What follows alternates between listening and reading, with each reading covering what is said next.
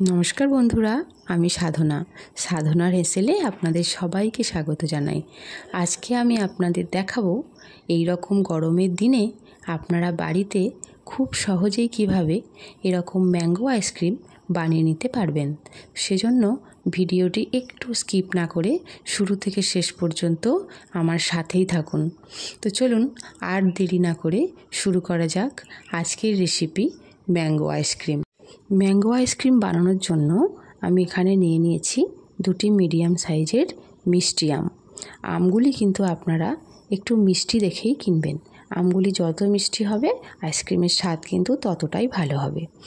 আর আমি নিয়ে নিয়েছি এরকম একটা বাটির অর্ধেক বাটির চিনি এবং এক বাটি মতো দুধটাকে আমি আগে থেকেই ফুটিয়ে ঠান্ডা করে রেখেছিলাম। এবার আমি নিয়ে নিয়েছি একটা এরকম আইসক্রিমের মোল্ড। তো আপনারা যে কোনো পাত্রেই বসাতে পারেন। এবার আমি আমগুলোকে কেটে নেব। আমগুলোকে আমি একটা ছুরির সাহায্যে এইভাবে দুদিক থেকে কেটে নিচ্ছি, নিয়ে মাঝখানে আটির অংশটি কিন্তু বাদ দিয়ে দেব। আপনারা বটির সাহায্য নিয়েও আমগুলোকে খোসা ছাড়িয়ে নিয়ে এইভাবে কেটে নিতেও পারেন। তো আমি একটি ছুরির সাহায্যে এইভাবে কেটে নিয়ে একটা চামচ দিয়ে আমের ভিতরের শাঁসগুলোকে তুলে নিচ্ছি। এভাবে করে দুটো আমেরই আমি শাঁসগুলোকে কিন্তু বের করে নেব। আপনারা যেভাবে পারবেন এইভাবে আমের শাঁসগুলোকে আপনারা বের করে নেবেন।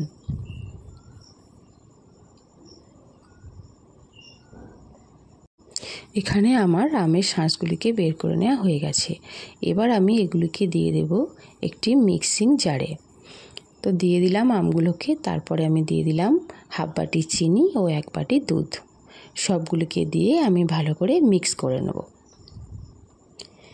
আপনারা একটু ভালোভাবে এটাকে কিন্তু ব্লেন্ড করবেন।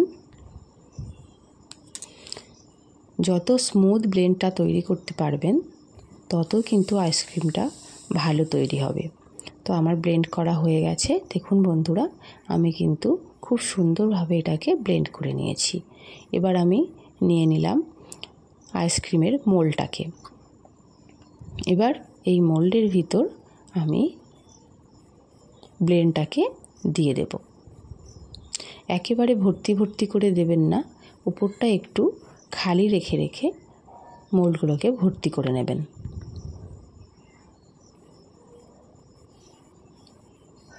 আমার সবগুলো মোল্ডই ভর্তি করা হয়ে গেছে। এবার আমি এগুলোকে ঢাকনা দিয়ে দেব।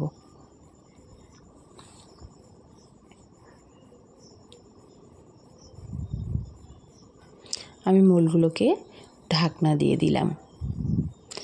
এইভাবে ঢাকনা দিয়ে বন্ধ করে আপনারা ফ্রিজে ওভারনাইট রেখে দেবেন, ডিপ ফ্রিজে।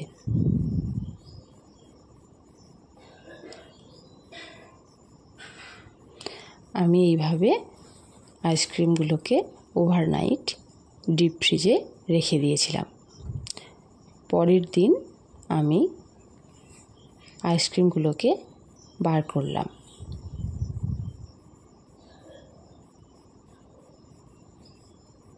দেখুন বন্ধুরা, আমার আইসক্রিম কিন্তু রেডি হয়ে গেছে। খুব সুন্দরভাবে আইসক্রিমগুলো জমে গেছে এবং এর টেস্ট কিন্তু খুব সুন্দর হয়েছিল বন্ধুরা।